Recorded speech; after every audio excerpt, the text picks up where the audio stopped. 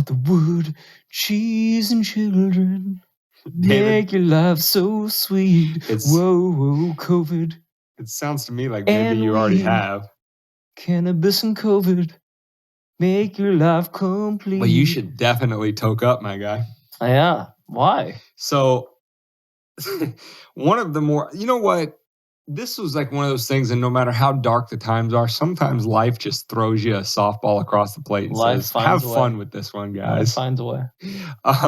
You may have seen the articles this week that have some preliminary studies that suggest that compounds in cannabis can actually prevent you from getting COVID.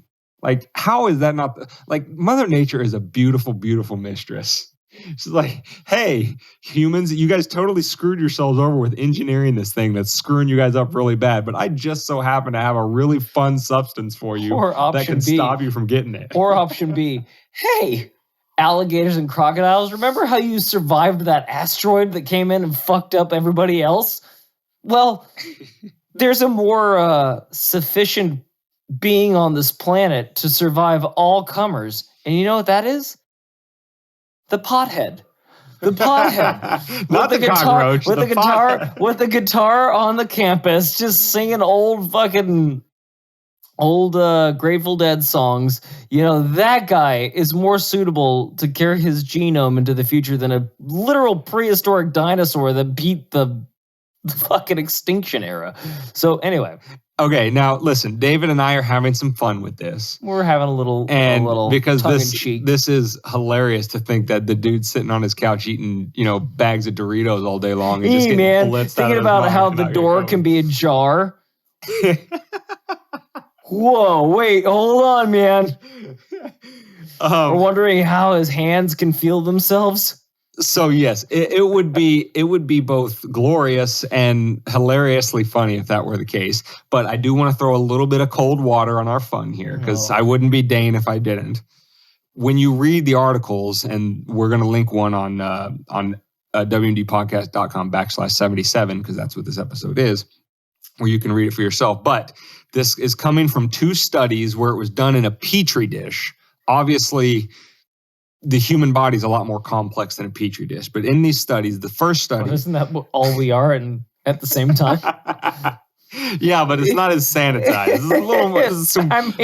Suffice it to say, if you're in like... trundling bags of mucus walking around, Listen. If you are in 5th grade science class and His Holiness the Dalai Lama, Dr. Fauci, has commanded to you that the science now determines. But what's the first thing you learn in like 5th grade science? You learn that you got to control for variables. That's all I'm saying. There's a lot of variables in the human body that don't exist in a petri dish. All right? That's for certain. Never seen a petri dish. And that's how you do science. Never seen a petri dish with a hog on him before, or with a nice pair of tits. So in the petri dishes, the first study found that some compounds in cannabis actually bind the spike protein. If you've watched the news, you've seen the little image of what the COVID virus looks like, and it's that spike protein. So basically the way I thought about it, I conceptualized in my mind, is like all those spikes sticking out, what if you put putty around it, right? Now the spikes aren't spiky anymore, it's just a smooth ball. Dang, that's essentially a very high idea. Well, listen, I'm just trying to protect myself from COVID over here. Maybe if we just like unspiked the spike proteins, bro.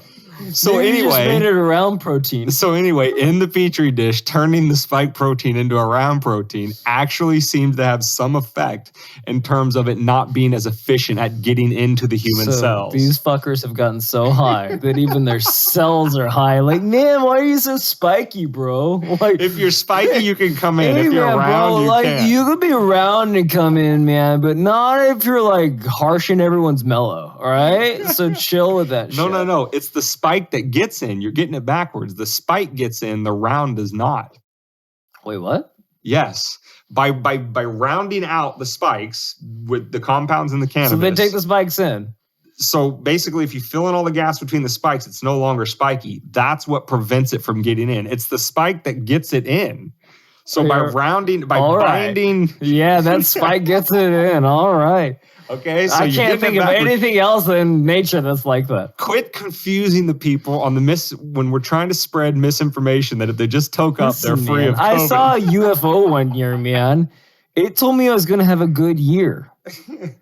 I saw it at the Super Bowl, man. Dude, I had a bad year that year. How cosmically hilarious would that be? It would be cosmic justice is what it would be. Right? Hear me out, right? So like the whole thing around COVID, what's destroying societies is all the fear, right? The doom and gloom and the fear. And obviously, if we're not chill, we're at each other's throats all the time. So how funny would it be if the natural occurring cannabis that makes us all chill both stopped us from getting COVID and wanting to murder each other? Next week's news story is going to be fucking mushrooms cure cancer.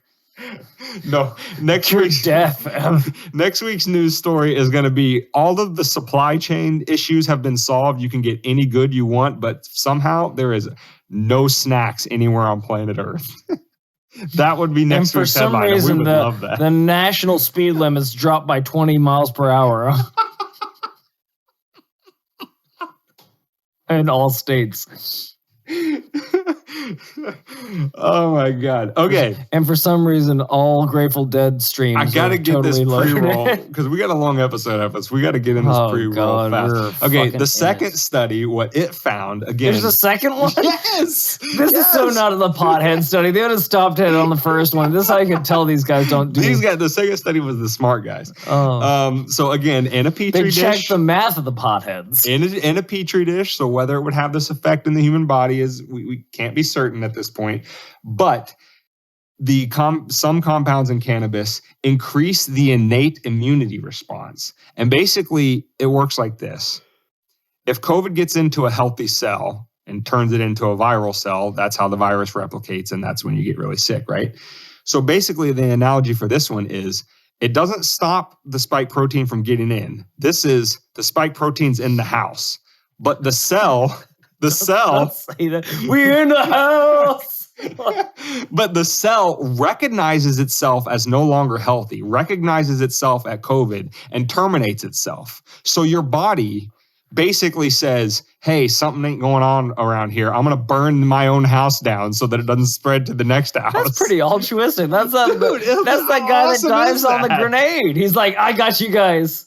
Just let my mom don't let my mom find my browser history, and then like dives on the grenade for it. And again, back to the cosmic justice of it all. One of the key features of the response to COVID is seclusion. Don't talk to anybody. Shut down. Isolate. Be your own person. Be an automaton that we control around. Then one cell walks in. I got this shit. And Weed's like, back up. Weed's like, no, bro. I'll dive on the grenade for this one. All of y'all keep hanging out, and you're one big party. Just make sure there's more of me. Because I know how important it is for your future. Society. Right. See, Jesus, that's like, oh God. Okay, back to from the end of the last episode. What if we start lacing weed with ivermectin?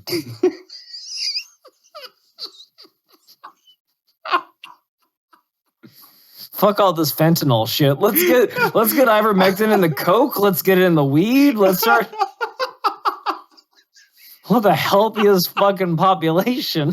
Dude, we're definitely getting canceled now. I think we just invented a new product. And we are entitled to at least 30% of all the profits thereon too. Oh my God. Oh my God. This story got funnier the more we talked about it. Right. We didn't even. Right. Okay. So anyway, we don't know if getting blasted on weed will stop you from catching COVID, but we will say, and it'll definitely not help with the anxiety of dealing with COVID. We'll say very judiciously and democratically that the early studies are optimistic. There we go. That's all I can say is like, hey man, here's hoping. Fuck. All right. So, with that being said, I think it's time to get into this doozy of an episode, which if this pre-roll didn't get us canceled, this next one probably surely will.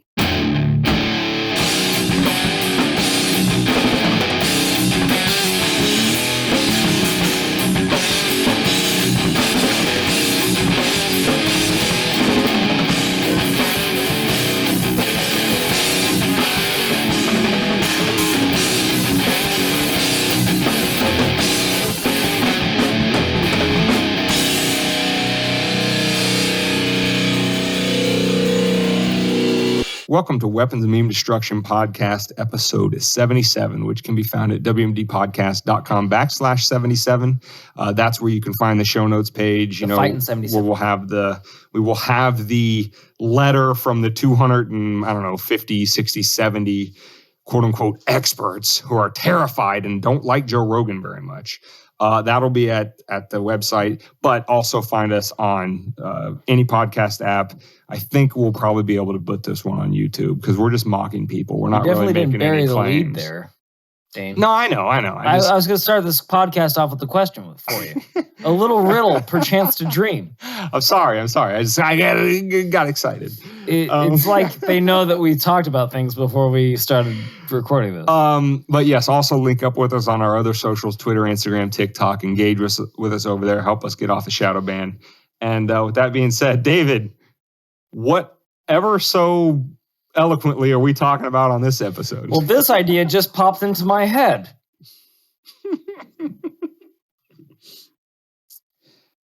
Dane, what do 3 science podcasters, 26 students, 2 science communicators, 1 dentist, 2 veterinarians, 1 pussy doctor. Jesus, David. I'm sorry, OBGYN. I read the subscript before I read this. Yeah, okay. You ad-libbed. 1 honorary research fellow. I don't know what the fuck that is.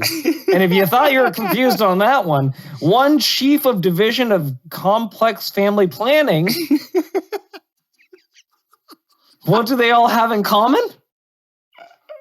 I mean, what I'll say off the top is that is one hell of an eclectic group. I mean, there's a very specific email that is sent out to all of them to get them in one place. If I had a description, what was that complex family one? If I had a description following my name as long as... Chief, excuse me.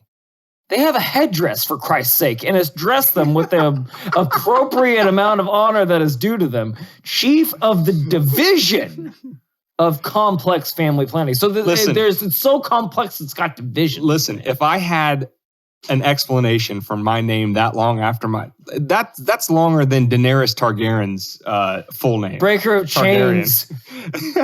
Like that must be a very very, very important person that we should listen to. Blonde on the subjects, top of black near the crack. Was that one of her names? I'm pretty sure. I don't think we're allowed to say that. Anyway.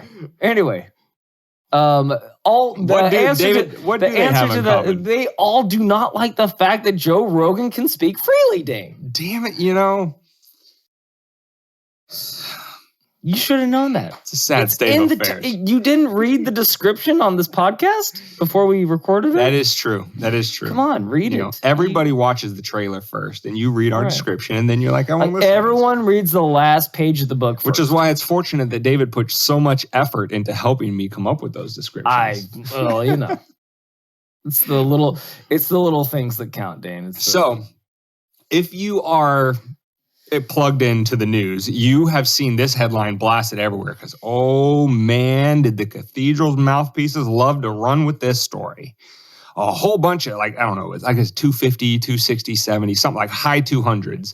Number of experts, they make sure that's all capitalized in the title, tell Spotify to start censoring Joe Rogan. So they write an open letter to Spotify. Define an open letter. What the fuck does that even mean? I'm sure they wrote a letter and all those people agreed with it, so they just signed it instead of that they wrote it themselves. They plagiarized a letter. The first part of this is based on plagiarism, which flies in the face of the whole academia, does it not? Okay, I'm going to give you the very quick Google definition of open letter because you sprung this one on me. We didn't talk about this pre-show. Like that totally improv question that I had for you at the beginning of the show? Yeah. But an open letter is a letter, often critical, addressed to a particular person or group of people, but intended for publication. So as opposed to a private letter, they're saying, I'm sending it to this guy, but I want everybody to see it. That's what an open letter is. So it's like roasting your friend on a group chat. Yeah. In the parlance of our times. I think using the word friend between Joe and these experts is it's a little. That's a generous interpretation of their relationship. Hello, shall we say. friend. Kind of like how Seinfeld would say, "Hello, Newman." I just pictured Don Lemon saying exactly that to Joe Rogan. Hello, Rogan. Or you can flip around and go, "Hello, Lemon." Okay. Oh no, I guess he'd be Newman in this. So he'd go, "Hi, Lemon," and he'd go, "Hello, Rogan." There you go. There's scene. So listen, I told David before we sat down and hit record, I said, dude, I don't care if this takes an hour. It's not a super long letter, but I told him, dude, I want to go through this line by line because the arrogance, the hubris, the hypocrisy, the hilarity, in addition to those experts being included in the list, just oozes out of every sentence. For Christ's sake. There's a chieftain. Runs with buckets. So whether we get through this episode in an hour or however long it takes, I want to go through this letter line by line because my God, is it just, it's like, what's that kind of art that's like intentionally really bad, but that's what makes it art? That's called, I believe that's called untalented art. Oh, well, anyway, whatever that is, that's what this letter is. It's called Post Malone. Is that what it's called? No, or to track back to 76, it's called Machine Gun Kelly, I believe. There we go. So the letter is titled, in quote, "An open letter to Spotify, a call from the global." We can't even get out of the title. All right, from the global scientific and medical communities were Batman and Superman involved to implement a misinformation policy. Maybe Tony Stark. It's global. These 200 and odd change people speak for the entire of not just the scientific community, but also the medical community. And not just for a country, but for the global. Okay, so getting into line 1. Oh. They have to say, quote, "On December 31st, 2021, the Joe Rogan Experience, hereafter JRE, a Spotify exclusive podcast, uploaded a highly controversial episode featuring guest Dr. Robert Malone, number 757. Now, in this first sentence, I want to point out, because, again, you'll be able to get this link at the show notes page, but I wanted to clarify that throughout this letter, there are links to what is supposed to be support for a statement that they claim. You know how citations work. But one thing that I learned from Bob Murphy and Tom Woods on a now no longer, you can still listen to it, but no new episodes, podcast called Contra Krugman. Bob was always fond and diligent in reminding Tom, click on their links. Always click the links.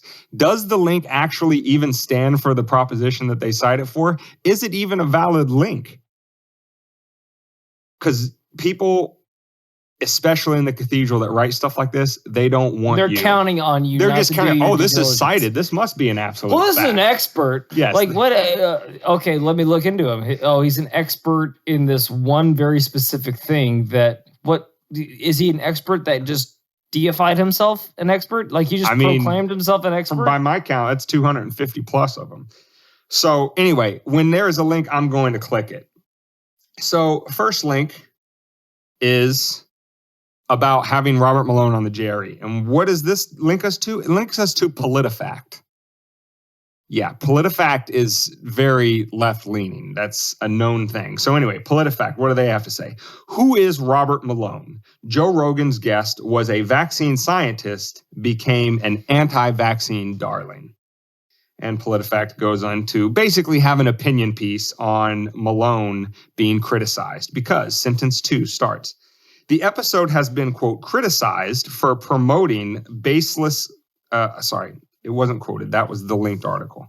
The episode has been criticized for promoting baseless conspiracy theories, and the JRE has a convincing history. Let's click the link. Takes us to Media Matters, another left-wing publication that basically just says, read and listen to everything mainstream. Media Matters says, Joe Rogan rapped. A year of COVID-19 misinformation, right-wing myths, and anti-trans rhetoric. Subtitle, Joe Rogan, you can say whatever you want. We're on Spotify. Ooh, that sounds like a real biting piece, does it not? Well, here's the thing. Always click the links. Here's the thing, though. That we can say whatever we want. That's kind of part of this whole fucking country. That's kind of part of what we're doing here, is that you should be able to say what you want, however you want, and you have the God-given right to do that. Now, you're not removed from reprisals. You can't walk up to somebody's mama and call them a fat bitch and expect the person standing next to them, being her son, not to deck you in the face. I'm saying you have the right to call the woman a fat bitch, but you are not removed from the reprisals from such speaking. That being said... So just within 2 sentences, here's the key points we've picked out.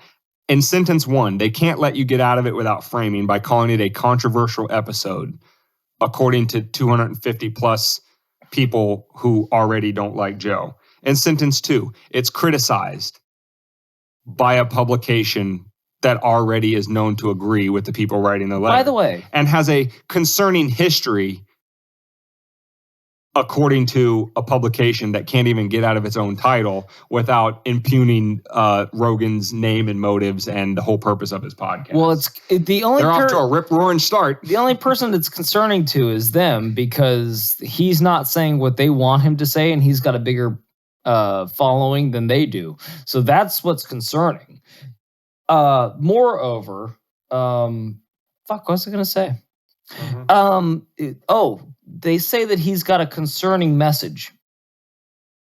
Yet they weren't concerned with someone deifying themselves on their own broadcast, i.e. their beloved Anthony Fauci, claiming that he is the god of science not once but twice within the calendar year.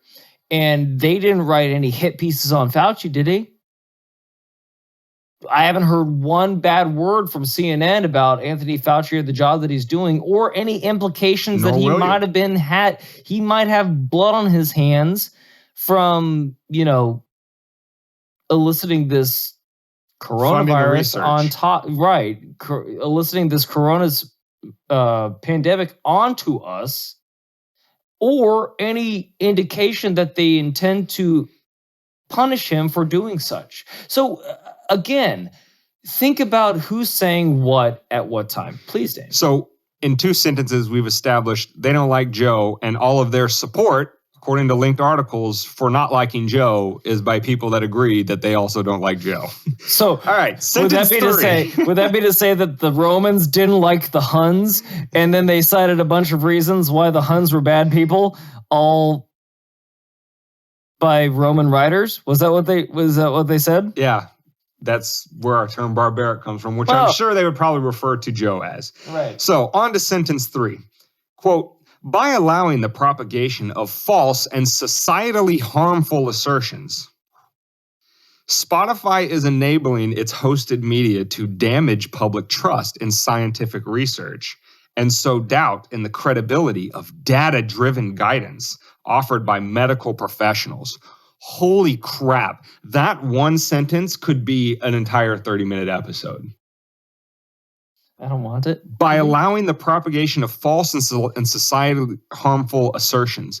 Oh, you mean assertions like this is a pandemic of the unvaccinated, and so that's why we're justified in not only doing these policies that makes them either second-class citizens or gets forcibly injected against their will, but having the society destructive policies that you have in terms of shutting down the economy and creating this sort of like every person at every other person's neck situation. Yeah, that's not harming society at all. No. You guys are doing great. Your fear porn is not bad for nobody. Exactly. And you know what used to be the best way to decide which side of the debate was the correct side? the answer's in the question. They used to have a debate. The only thing that beats bad think is good think. And the only reason that the only way to put your thinking to the test is to challenge it with differing ideas. And if it holds up to the opposing ideas and in fact beats the opposing ideas, then you've got good think. If you've got bad think, then it falls. Doesn't this sound a little bit like the artist formerly known as science? Correct. Doesn't it sound like exactly what we used to do to figure shit out? Is just pose it and pose it against opposition and find which way. No, my drunken monkey is better than your taekwondo. Well, let's just agree to disagree. I'm going to go off my way and say that my way is right, and you're going to go off your way and say that your way is right, and then we'll both be right. No, that doesn't happen. You go into the octagon of battle, and then you figure it the goddamn out. Which kind of gets into clause 2 of the third sentence, where they go on to say, quote, Spotify is enabling its hosted media to damage public trust and scientific research and sow doubt in the credibility of data-driven guidance offered by medical professionals. And so just that first part, damage public trust and scientific research. No, I think that's what you're doing by exactly what David just described. The refusal to debate and the propensity to just dismiss and caricature and shut down anybody who wants to have the debate, that is what is damaging public trust in science. And let's not forget, under which auspices are they performing this virulent act under? Oh, that's right. The Constitution. They're allowing people to speak freely on their platform, which is another dying art as we speak nowadays. And on the Peter McCullough episode of the GRE, he specifically referenced, I don't know the guy's name, I forget it, but he referenced a guy who has like $1 million bet out there, or not a bet, but $1 million offer. Says anybody who disagrees with what I said, come on to my show and we'll discuss it. You don't even have to win. And Joe's like, hey, that's an easy way to make $1 million bucks. I'm just here for the money. But I'll just go on there and pull a Lynch. What's the running back's name? Marshawn Lynch. Yeah. I'm just here for the money.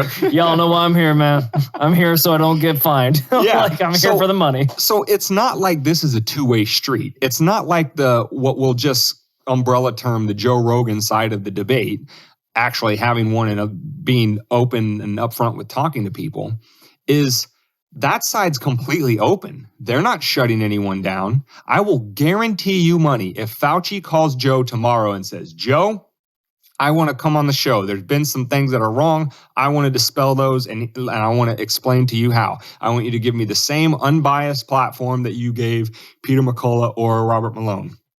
I guarantee you all day and twice on Sunday, Joe would accept that. Absolutely. And if you don't think that he would... So the fact that the debate is not happening is not a two-way street. It's coming from one side, and that's damaging public trust in science. He already did it with Gupta. And that was a problem that we had with that was a problem that one of us had with Mr. Rogan, Papa Rogan, as we call him in the podcasting business. He had the opposition on, gave them the respect they deserved, but did not give them a iota of leniency within the debate. Right, which was my point. I was not upset about having Gupta on. What I was upset about was when he said one thing to Joe's face, and then they should not have said that about you, and 24 hours later was back on CNN saying the exact opposite. That person is not your friend. It's not that Joe had him on before. It's that Joe continued to stand by him after he essentially stabbed him in the back. Correct. Within a 24 to 48 hour period. And I was saying the best response that Joe could have had. That ain't your friend, Joe. Was to kill him with kindness. Just say, you know what, he's a good guy. He's just doing what he's got to do. It's like just turning the other cheek. You as a Christian, Dane, as a follower of Jesus Christ himself. Listen, Joe's just a better guy than me. Yeah, he's Joe's Jesus Christ. I think I just made that argument right now. So doubt. Okay, and then the last thing of that sentence, so doubt in the credibility of data-driven guidance offered by medical professionals. Well, let's just start with that credibility of the data-driven science. So when I look at one jurisdiction who did everything you wanted, and I look at a geographically and homogenous in terms of the population type and diversity and everything, and I look at those two jurisdictions right next to each other, and one doesn't do all of the lockdowns and the bad things and has a pretty decent response, and the one that does the lockdown is either worse or just as bad, I would say that's some important data to concern about whether or not we should continue to do things like lockdowns, mandatory masking, mandatory vaccinating people. That would be a data-driven debate that I think should be open season. And if I was going to be adherent to this science, I would want to have both parties that both did different things put all of their information into the same pot, and we can compare and contrast it and see who came out better, so that we can do it better in the future, which is the whole fucking point of science in and of itself, is to analyze the numbers and come up with conclusions and to put them into a hypothetical and test them again. That's science. It's not, I said something and everyone follows it. That's science. And to finish out that sentence, guidance offered by medical professionals. Again, when these people talk, they talk like science and medicine is this monolithic thing that everybody who is anybody who you are entitled to listen to all shares their opinion, as if there is no debate, even in theory, right? So just, and that's what I got to when I kind of jumped the gun on introducing the episode. That is the kind of arrogance and hubris that is just dripping throughout this entire response. Listen to the experts, follow the experts, expert.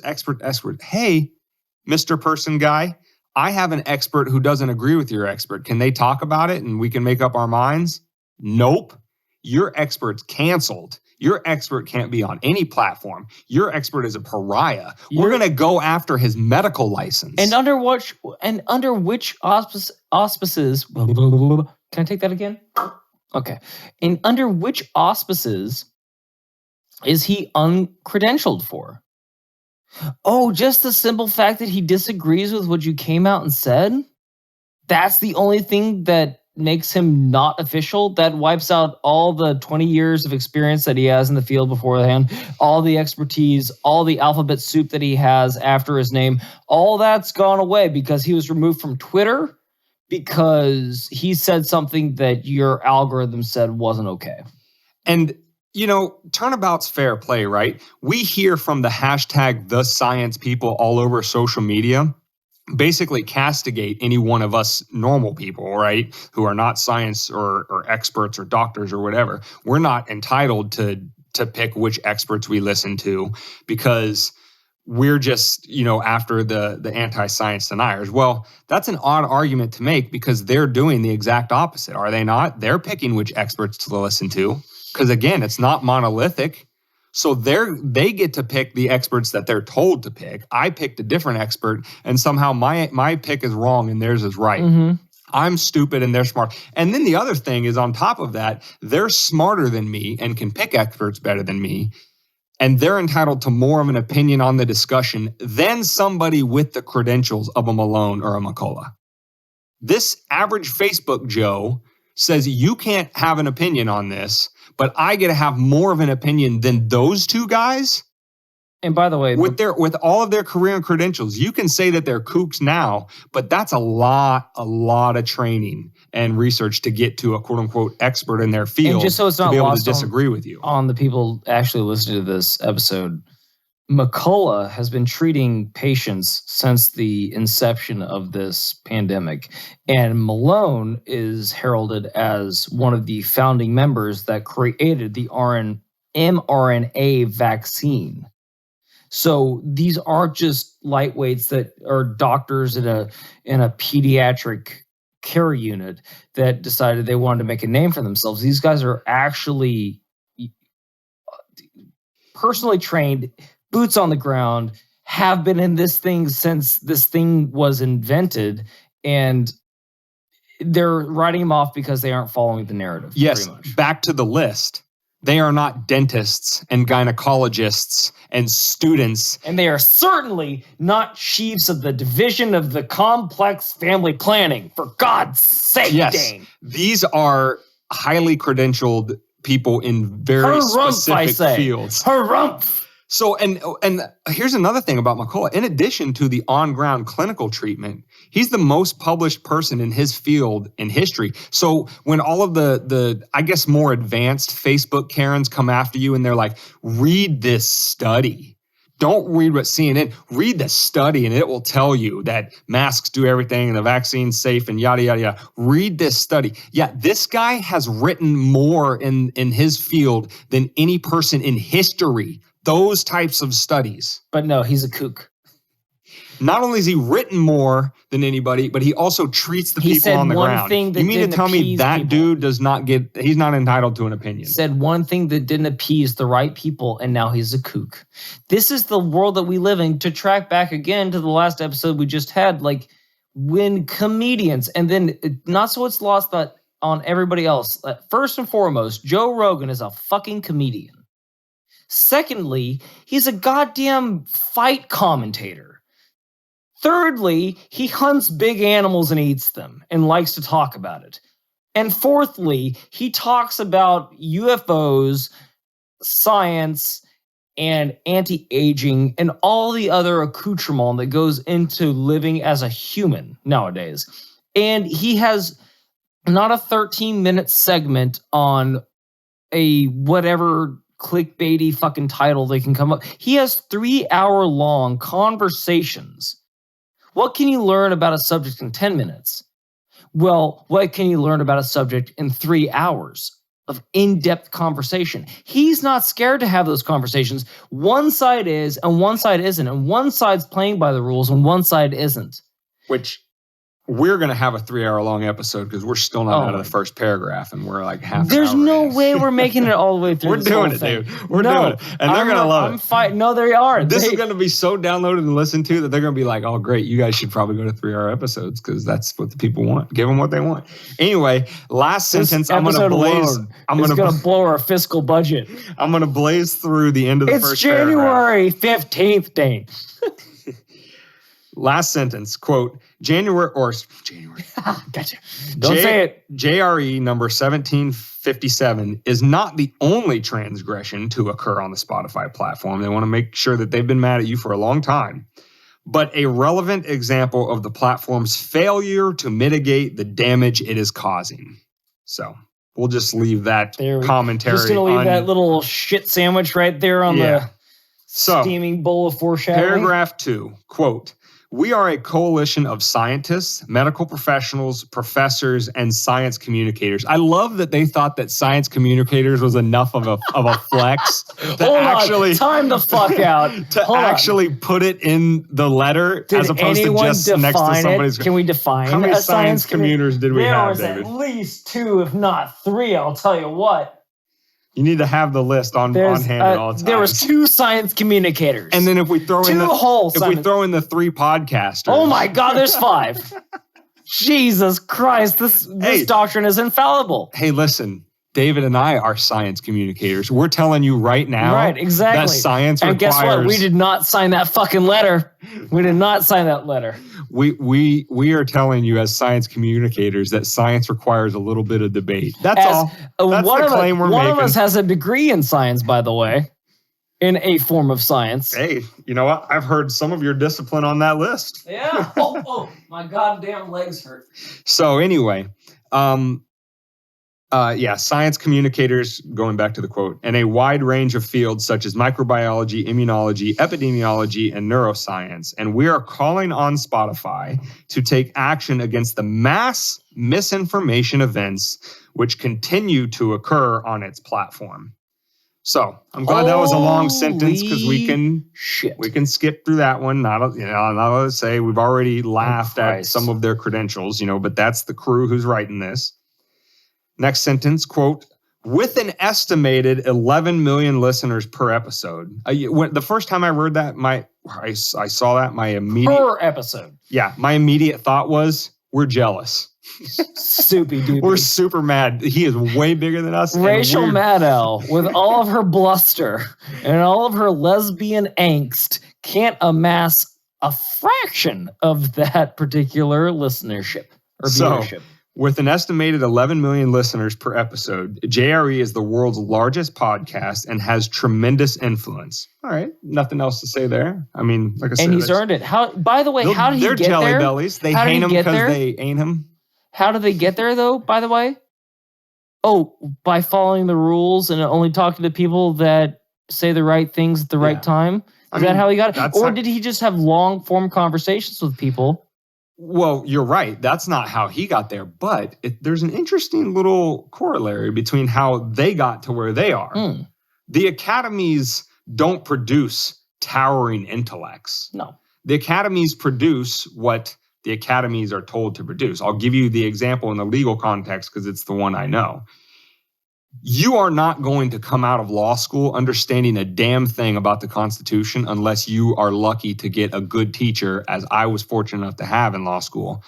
As you're going to get a Constitution that actually teaches you to analyze the Constitution for what everybody says it is, but nobody ever acts like they do.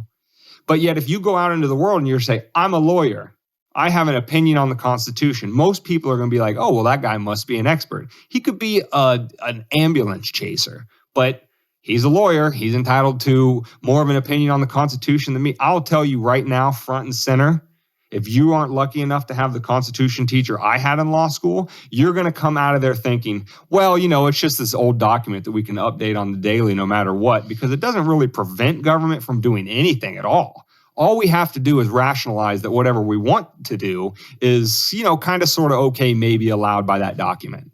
That's the kind of Constitution that you'll learn coming out of law school. And so if that should teach you anything about not being experts on a subject just because they came out of an academy, don't think that there are not doctors that come out of academies with exactly what the pharmaceutical companies want them to be telling and prescribing to patients. After all, money talks and shit walks, does it not? It's bullshit, dude. So it's bullshit walks. They're not very happy about his influence or his quote-unquote misinformation policy. Well, and then here's the thing. You don't get that big of an audience by being fake. That's my whole point. It's you don't get that big of an audience by placating certain contingencies and telling them exactly what they want to hear so that you get furthered along in your career immediately. And then, like we saw with Cuomo that we brought up in the last episode, which I don't know if you can tell, I'm trying to get you to go listen to the last episode before you listen to this one. Anyway, Cuomo at CNN thought he was untouchable, thought he was infallible, until all of a sudden circumstances happened and he became a liability instead of an asset. And as we know with great corporations like the United States of America, when you transfer yourself from an asset to a liability, they'll cut you off real quick. So that's how he's amassed his population. He's always been true to himself. He's always been true to his listenership, and he doesn't bullshit people. Okay, this isn't a Joe love fest. We like Joe just as much as the next guy. I'm not. It's not a Joe love fest. If I know, but I'm saying for purposes of length of time, Papa Joe, not because length Papa of the guy that wants to go line by line is concerned about time right now. That's because we have to go. You just said we're going 3 hours, so I figure I can filibuster for at least a little second. All I'm saying is it's true. There's a reason why Russell Brand has the following that he does. There's a reason why Tim Pool has the following that he does. There's a reason why all these independent journalists have the following they do, because they're willing to tell the truth no matter what the consequences are. Yeah. And they are being truthful. And the people that are trying to silence them are usually not being truthful. That's all it's going to say. Please. Yeah. So let's spend more time mocking the other people. You've got 2 hours and 59 more minutes of whatever the hell you want to do, Dane. So, filibuster my ass all the way to the ground. So paragraph 3 starts out, quote, throughout the COVID-19 pandemic, Joe Rogan has repeatedly spread misleading and false claims on his podcast, provoking distrust in science and medicine. So we kind of addressed these already. They're just regurgitating it. they're saying it's misleading and false, but they're completely open to coming and saying the same thing on his 11 million listener per episode podcast. And that is what's provoking distrust. The fact that he's talking to people, not the fact that they're trying to silence them. Sentence 2. He has, another link, discouraged vaccination in young people and children. Let's check out the link, David. This is from The Wrap. The purpose of this publication is, quote, "We've got Hollywood covered." All right, The Wrap must be a real reputable source. Where they say, Joe Rogan slammed for deeply irresponsible anti-vaccine comments. Oh, so you mean they linked to another opinion piece of people that agree with them? Irresponsible. Irresponsible. I think it's irresponsible to carte blanche health doctrine. I think it's irresponsible to invent something in 1 month and say that everyone needs it the next month. I think it's irresponsible to not know how a certain thing affects you over the span of a lifetime and say that everyone needs 3 shots of it to be able to be free again. But I don't know, Dane. I'm just a miserable little science podcaster that doesn't know a fucking thing about anything other than what the establishment wants me to say, Dane. I don't know what to tell you. I wish I could speak out against the against the powers that be, but the powers that be have our best interests in mind and are forcing a shot into our arm, whether or not we want it or not, but not knowing the effects that it has long term. But yes, definitely put it into my kids. In fact, shoot it into my testicles. So that all the things that I ever ejaculate ever will be so vaccinated against a common cold that has a 1.6% chance of mortality. Like, get the fuck real. Get real. What are we even talking about right now, Dane? Please, I hand it back over to you. 1.6% was very specific. I hope that's correct. No, I've looked it up a couple of times. Okay. It comes up once or twice. You're very sure of that stat, so I'm letting you run with it because I don't know. All right, so again, he has linked to article discouraged, according to people that agree with us. Vaccination. Now, the only question I have is: 3 shots for my right testicle and 1 shot for my left, or is it complex? Sorry, but David, I have a question about these experts. Please. Okay. In addition to the list that we read off, there were plenty of people that are medical practitioners in the relevant fields. There are professors, yada, yada, yada. I don't know about you, but I don't think any of us made it out of high school without doing at least proper APA or MLA citing, right? Didn't you have to do papers like that in high school? Yeah. Okay. So these are highly educated people, went through multiple levels of education to get the credentials that they have, and probably had to cite papers all along the way. Not only had they had to cite papers, but they probably had to grade papers that needed proper citation to them as master students teaching classes, as doctor students teaching classes. They've had other papers handed to them so they know not only through their own work, but through other people's work what is expected of it. Right, but I'm getting into the mechanics of the citation. Course. I'm just saying that they're doubly educated on it. What I'm saying is these people know almost more than anybody. Sure. Or you'd think. How to properly cite and support claims that you're trying to make. Absolutely. And it's usually not with opinion pieces from irrelevant, ignorant journals that have no expertise on the subject. Or clickbaity articles. Any more than your fellow science podcasters here. Right. That's not proper support. I'm just throwing that out there. Maybe that's nothing, but that's weird. Anyway, clause 2, quote, incorrectly, source. Oh, we're back to PolitiFact. PolitiFact has got 2 sources already. Damn. Incorrectly, according to PolitiFact, claimed that mRNA vaccines are, quote, gene therapy, promoted off-label use of ivermectin. Oh, yeah, you mean that thing that every other drug has the capable of being used for off-label use if it has any sort of efficacy at all? Oh, by the way, ivermectin was also linked to. What do we got here? We have a Rolling Stone article. Oh, shit. Rolling Stone is chiming in with How Joe Rogan became a cheerleader for ivermectin. Subtitle: the popular podcast host who loves to, quote, just ask questions can't stop talking about his favorite anti-parasitic drug. Is that the same? Ooh, is that that the same title just goes down. Is that the same publication that not months before that article wrote that people in Oklahoma with gunshot wounds couldn't get into the ER because of people overdosing on ivermectin?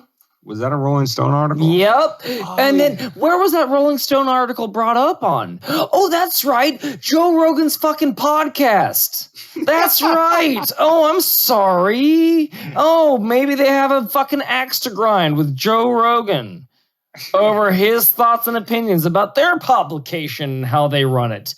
Maybe, just maybe. I don't know. And then, by the way, Joe Rogan makes fun of them in the episodes that he features them, that they have pictures of people in Oklahoma in like summer, or the article is released in the summer and they have pictures of people in Oklahoma in winter gear. And in Oklahoma in the winter, it gets down to like 30s. So they're wearing coats and overalls and so on and so forth. So the picture didn't match the article, which means that they didn't even really try to convince you. They just expected you to believe what they said. Yeah. So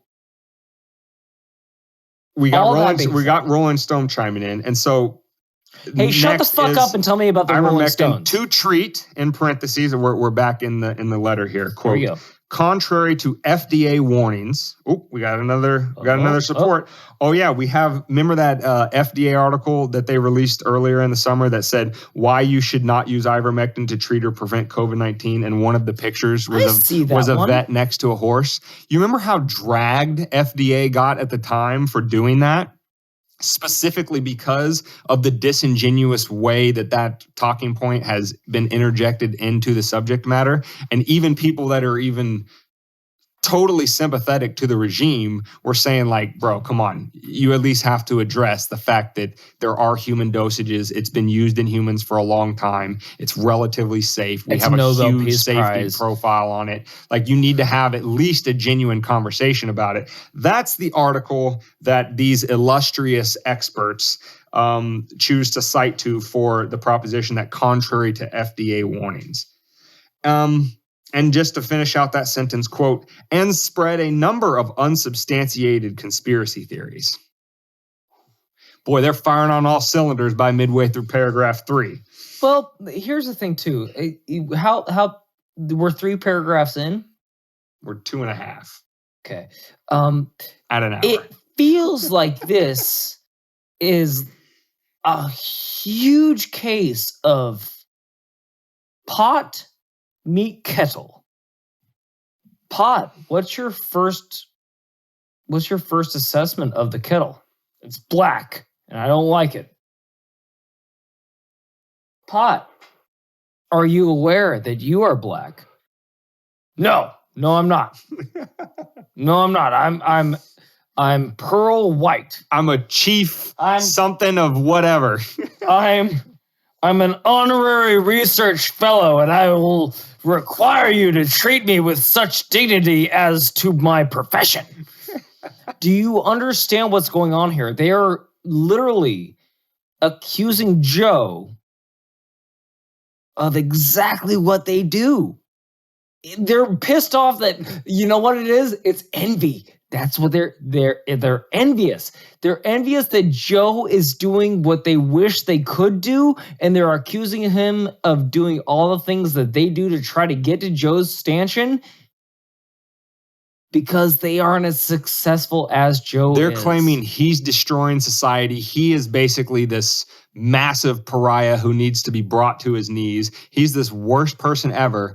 And again, them shutting down in the debate. Fauci saying, I am the science. That sort of arrogant, hubristic attitude is what's destroying society, if there is destruction going on. It is what is shaking any sort of confidence in science, as a discipline. It's their actions. And again, David's the first person I heard this from, but I say this all the time on the podcast because it reveals itself in so much of human life. Like dislikes like. The reason why they hate Joe, they'll tell you the real reason.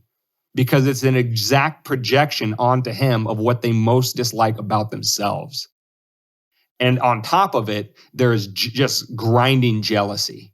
They are jealous. They went through all this school. They have these fancy titles behind their names. They're the one that got into Harvard Medical School or whatever, and you didn't. So only they are allowed to be listened to. And they have, 4 listeners on their Science Communicator podcast? And a martial artist has 11 million per episode. So on top of dislikes, they are incredibly, incredibly jealous of what Joe is and what he does with his platform. They want to be Joe, but they can't be Joe. They hate him because they ain't him. Exactly. So they have to break him down because they'll never be him. That's right. So, next sentence, cheese and rice. Quote, in episode number 1757, again, that's the Malone episode, Rogan hosted Dr. Malone, who was suspended. Ooh, we got some more support. From Metro UK online publication. Says, quote, or title, prominent vaccine scientist banned from Twitter for spreading anti-vax content. Again, I love this one, and I'm glad that we have a podcast that I can totally lay into this. Anti-vax pre-COVID was always referring to people who were literally anti all vaccines. Mm-hmm. Whether you agree or disagree with them, that's what that definition meant. By the way, words have meaning, as we know with George Carlin. And when you start thinking in that way, it was shell shock in World War II, and now it's post-traumatic stress disorder, and they're not getting treated. So they dulled down the language to make it dull down the definition. Right. But what they did with Orwell this... called that newspeak. And what they did with this is they heightened all those, what would you call them? Rhetorical? No. Rhetoric, rhetoricistic humans that were running around like Jenny McCarthy, which super smoke show, by the way. Huge fan. She was anti-vax, but she thinks that that the vaccines cause autism. Sure. And that was the right. Again, so now it was kind of a lunacy kind of thing. I know. I'm trying to help out your argument. I know you are. Jesus Christ! I didn't think that when I said, David, we're going to go sentence by sentence through this thing, we're going to wind up talking about Jenny McCarthy. It would only seem fair in a podcast that supports Joe Rogan that we go 3 hours. We're not actually shooting for 3 hours. Oh, I'm shooting for 3 hours. If it happens, it happens. But we're not shooting for it. That's what I'm saying. We're going until it's done. You don't ever shoot for a girl, but when it comes out, it's like, oh, I gotta love it anyway. Well, quit shooting your shot at Jenny McCarthy, okay? Well, if she'd let me. Anyway. So they made this whole anti-vax thing crazy a couple of years beforehand, and now they're using the same verbiage about people who are like, I don't know if I trust this vaccine that just came out. Or maybe the distrust is not even the vaccine itself, and it's the fact that they tried to force it on people, and that's what rubbed people the wrong way. Again, I was just talking with Grandma about this, and I said, Grandma, you know what? Originally, my analysis... Episode 60. My analysis was this. This was before the vaccine was ever around, but it was being talked about. I said, Grandma, you know what? My initial thought on this whole thing was, for my demographic, my health, my lack of comorbidities, my, not being overweight, all that kind of stuff, it's literally less dangerous to me than the flu. Why would I risk taking something, especially when the companies lobbied for and obtain exemption from liability for future lawsuits from the government? Why would that not give a reasonable person pause? By the way, those companies' histories are spotted atrocious at best and black at worst. Like, those companies have paid out multi-billion-dollar settlements for the amount of people they've hurt with their drugs. So now those same people are those same companies are supposed to be our salvation? Question mark? Yes. So now here's what I told Grandma was the progression of my thought process. Again, it's just that. It's just that healthy distrust that anybody would have when you start to analyze the incentives of the whole thing.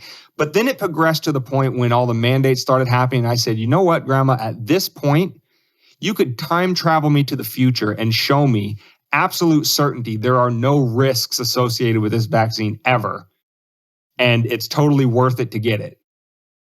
But because they resorted to force on the matter of principle, I know people throw this around and don't really stand by it. But for me, and especially on something like this, as a matter of principle, if you need force to get your idea, it's probably a shitty idea. And if you're using force on people instead of reason, rational, honest, open debate, you're a scumbag person. In my view, you are less than human, and you're not entitled to anything you won't give me. You don't get polite discussion and honest disagreement from me. You get vitriol, you get anger, and you get people that won't take it no matter what. You're the person. That's where I'm at with it. You're the person that walks up and spits in a mother's face with the son standing right to her right.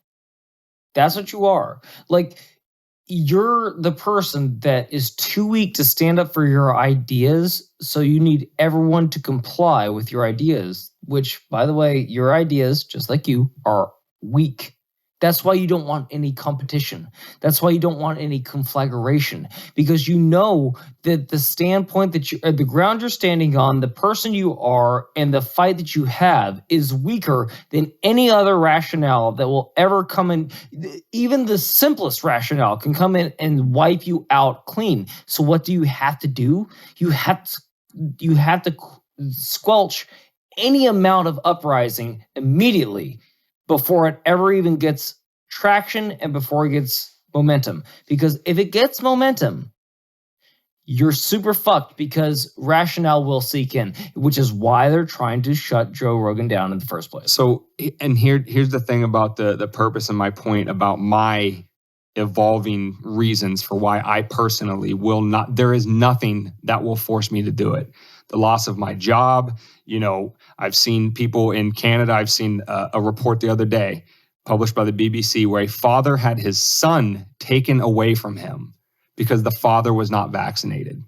So just because it's not happening in the United States, that's happening in Western that's happening in Western liberal democracies like Canada, Australia, Austria, et cetera, et cetera. So my point is that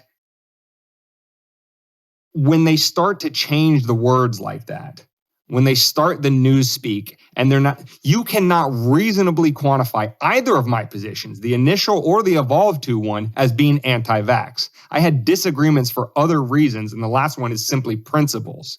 But yet now I am umbrella termed with, again, people that say no vaccines ever. And that's how they change language, and that's how they use it to control people's minds. And that's exactly what's going on with the COVID cult members. I want to just keep being like the lighthearted guy in this episode. I really did. Listen, an episode this long, there's going to be peaks and valleys. Right. So it might come back around. Again. But this is a particularly dark insight.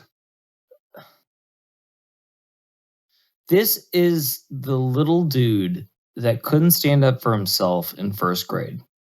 You remember that guy? Everybody had that guy. Everybody had that girl or boy in their class that no one could stand, but it was the teacher's pet. So that it knew as long as it placated the teacher, it could get whatever it wanted whenever it wanted it. But it still had to come out to the playground. It still had to come out to the real world. And that's what this is. So this news article, this squelching of other ideas, it works in the stratosphere that they control. They control Twitter. They control, I'm using they as a very vague term. They control the narrative. They control CNN. They control Fox News. They control the media. That's the shorthand. They control all of it. But what they're realizing, I hope is too late, but what might be right on time, is that they can't control free thought. And free thought leads to good ideas. And good ideas will always trump bad ideas. So what's happening right now is they're trying to trump good ideas with bad ideas because they have the might makes right mentality. So they're taking a guy who was involved in the development of the technology, who has been vaccinated against other things, who got this vaccine, by the way, is an expert in the field of vaccinology. That guy is now synonymous with the caricature that is painted about the classical anti-vaxxers. The guy that made That's an absurd grouping of people that really encompasses that is such a wide range that encompasses every single person who disagrees with you. How can you respect that though? How can you respect an entity that takes from one of its sources everything, and then once it becomes a liability, expels it like it never even existed? That's what it is. So instead of paying this man the debt of gratitude that is owed to him by inventing the vaccine that they're trying to force into everyone's arms, instead of paying him the ode of gratitude that he deserves, they discredit him and call him a Looney Tune while trying to force other people to inject more of the thing that he invented into their fucking arm. What are we living in right now? Again, what dystopian fucking... It's the solipsism, man. It is the Matrix. It is the Matrix. None of this is real. Everything that is going on is purely for your entertainment. This has to be totally made up. This has to be totally made. Like, I'm literally thinking I'm having a fever dream right now. I'm going to wake up with a tube in my throat and be like, oh! David, I want you to know, and I'm speaking to myself as much as you, that this 15-minute detour we took on the term anti-vaxxers came from clicking one citation support. And you know what? They don't. This is a teachable moment. The one citation report that they didn't want you to click on. They just wanted you to see that they had something to back up their idea. So on that one, that's what the teachable moment is. Always click on the links. Correct.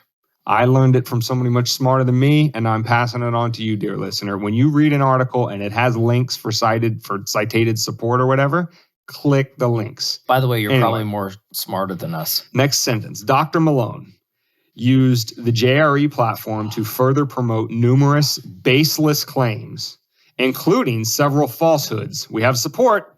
Oh, hold on. We've got really good support. It's from one of those podcasters. Maybe he signed the open letter.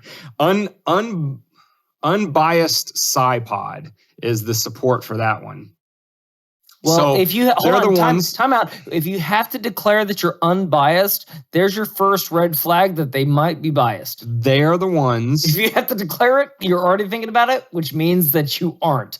This letter is declaring that several falsehoods are contained in there about COVID vaccines and an unfounded, another cited word, from AP News. Yeah, because they're definitely not a purveyor of established opinion. AP News, title, Fact Focus, Unfounded Theory Used to Dismiss COVID Measures. And they're talking about his use of the hypnotic, whatever, the psychosis. What was the phrase that he used that everybody was looking up for a week? Oh, fucking Christ. Mass formation psychosis. There we go. Thank you. So, unfounded, they say that word, and AP is their support, theory that societal leaders have hypnotized the public. Next sentence, quote, many of these statements have already been discredited. Who's discredited, do you ask? Please. The Independent UK, who publishes a title, No Academic Credibility. Experts debunk mass psychosis COVID theory floated by doctor on Joe Rogan podcast. Subtitle, Vaccine Skeptic used podcast platform to spread theory with, quote, no academic credibility. Really? Really? Does everybody in that field entitled to opinion think that it has no credibility? Like every single person? Thing, though. Dude, or is this one of those all science agrees when you got 250 names on a letter? Here's the thing, that's poorly cited. It's scary. It's a little scary to think that, like, anybody that steps outside the norm of the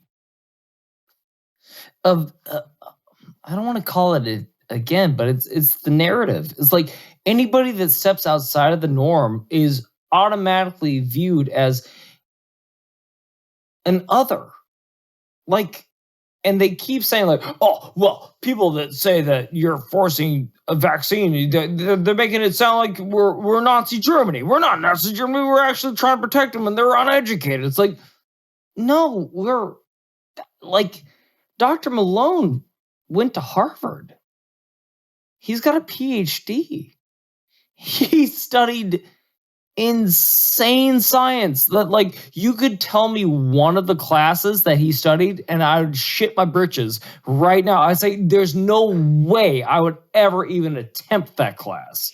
I mean, like he went to Harvard. Martin Kulldorff still teaches at Harvard. Jay Bhattacharya still teaches at Stanford. Sunita Gupta still teaches at Oxford. And the many other experts entitled to an opinion in that field who agree with those three, but those three were the authors of the Great Barrington Declaration, saying that these lockdowns aren't good and you don't have to force vaccinate, you just need to basically triage. We know the most at-risk people, the old and the ones with a lot of body fat issues. Body and fat. Let's try to get them the immediate help first. But all these other people that have natural immunity, that don't have the comorbidities, very low death rate, less than flu, we're not going to treat them any worse than as if they were at risk for having the flu. But that's, you're not allowed to say that. And again, it's like they got handed a change up right down the middle. Like, when everyone says, and then they also say that all the maleffects from the vaccine that have been reported to VAERS, which I think McCullough was being generous. Jesus Christ. Excuse me. We're not even done with three paragraphs. You can't start this whole podcast out because I misrepresented genuous. He did it again. It's generous. Thank you, Dane. Was being generous by saying that they were underreporting by 4%, but he said the statistics were probably more likely 1% of the VAERS affection. A lot of numbers. We're trying to say why these are sucky people. Right.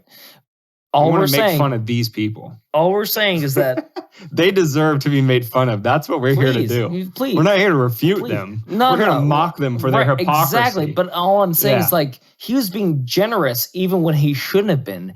And he's saying that there's a lot more people affected by this thing. And I've got anecdotal evidence sitting in my bedroom right now. Go ahead. So, second to last sentence of paragraph 3, quote, notably, Dr. Malone is one of 2 recent JRE guests who has compared pandemic policies to the Holocaust. Well, there it comes, ladies and gentlemen. We didn't quite get out of paragraph 3 before we got the I'm offended argument. So what did they link to? They linked to what looks to me like either a blog or a fact check site called healthfeedback.org. Title, Joe Rogan interview with Peter McCullough contains multiple false and unsubstantiated claims about the COVID-19 pandemic and vaccines. Here's the unsupported opinion, or the reason why it's unsupported. They said, no evidence was presented. Go on. Have we not been talking about that repeatedly on this episode, about that they refuse to provide the evidence to refute the claims that they get upset about? And yet this fact-checking site said that about Joe's claims. The reason why they're unsupported is because no evidence was presented for the assertions. Because there's so much muck, grime, and barrel within... Like, dislikes? Like. It's interesting. It's like they play the game at their own rules, but when somebody else starts playing the game by their rules and starts beating them at their own game by their rules, they don't like it very much. It's like, I don't know, a poor sport or a bad competitor making up for the sun was in my eyes, the dog ate my homework. They go on to say why the claims were unsupported. So Please. no evidence was presented for the assertions that the pandemic was planned or that scientists and or public health authorities are conspiring to prevent people from getting early treatment. Really?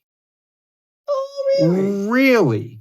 Now listen, you don't have to say that like everybody is sitting in one meeting room and they've decided to all of a sudden say you can't get any alternative treatments that we haven't approved, right? They haven't definitely got their entire propaganda machine started from top to bottom to argue against you getting any treatment other than what they tell you need, which is the vaccine, right? That's the claim. And how is that claim not past the eyeball test? Everywhere you look, you have constant discouragement of that. You have some doctors have reported around the country have their medical license challenged because they argued for giving some of these alternative treatments to patients to just see if they would help. We've seen that everywhere. And what do the policies do? They do the exact same thing these experts do to Joe. The policies never give you an explanation. First, it was everybody has to quarantine for 2 weeks with a positive test. And then it was, oh, well, maybe we only need 10 because 14 days is a long time to shut down a person from going to work and stuff like that. So then it was 10. And then now just a couple of weeks ago, if you're vaccinated, it's only 5. But if you have natural immunity from being sick previously, we don't have anything to say about that. You're still at 10.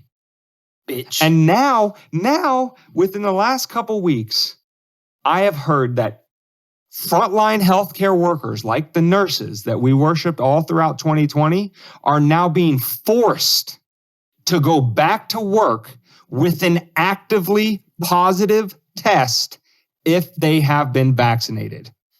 We have gone from you can't see anybody or do anything but sit in a padded room and get, Navy beans for 14 days to if you have a positive test, you can go back onto the most riskiest front line of front lines and risk getting sicker yourself and getting others sick if you've had the jab. Again, no statement about antibodies from natural immunity. We have seen that everywhere. How is that claim not substantiated? It's in their own articles. People are writing about this kind of stuff in the New York Times. They're talking about it on CNN. I'm not coming up with this stuff out of thin air in my head. I've seen mainstream articles talk about the things I'm telling you about, and they don't see that as them talking about it as support for his claim. I've had conversations with people that still believe that the rhetoric before the vaccine, remember when the vaccine was rolling out, you need to go out, get your vaccine, and this will all go away. Bro, they had rap videos about it. There were Sanjay Gupta's on Sesame Street telling your 5-year-old to get it. I remember Pfizer was 90% you won't get it, 100% you won't spread it. Moderna was 95% you won't get it, 100% you won't spread it. J&J, the Honda Civic of the vaccines, 65%, 66% you won't get it, but still 100% you won't spread it. When was that? That was in 2001. We have new variants coming out every day now, and nobody holds them to the standards. And everyone accepts that we need to get a third jab from the same people that said the first 2 jabs or the first 1 jab for J&J would be enough. That's my line. When you guys can't even follow your own rhetoric and you change it the next day and said that you never said it before, I've heard literally people that listen to MSNBC that I talk to each week, CNN that I talk to each week, say that they never said that.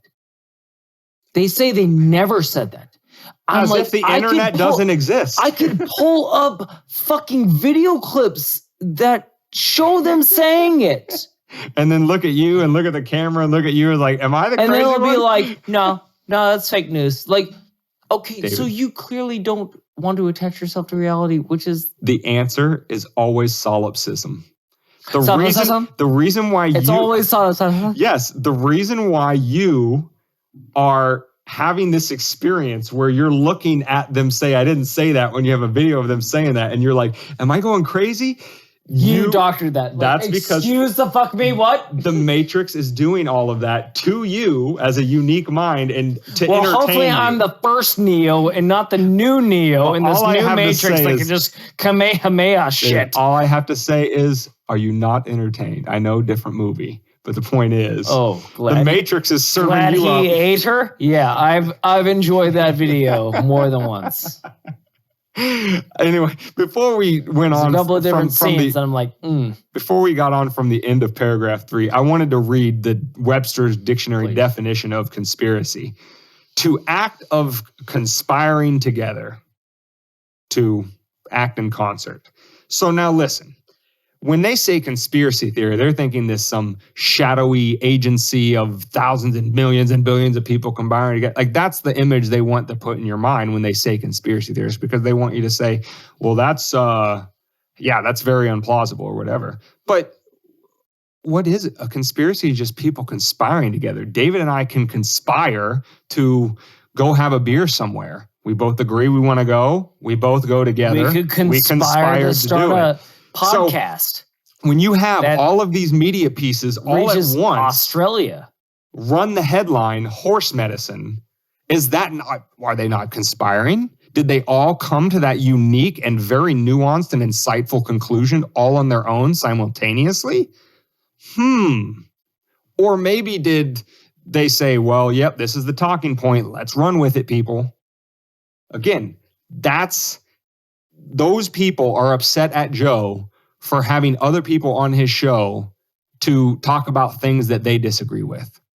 That's what it is. They disagree with it.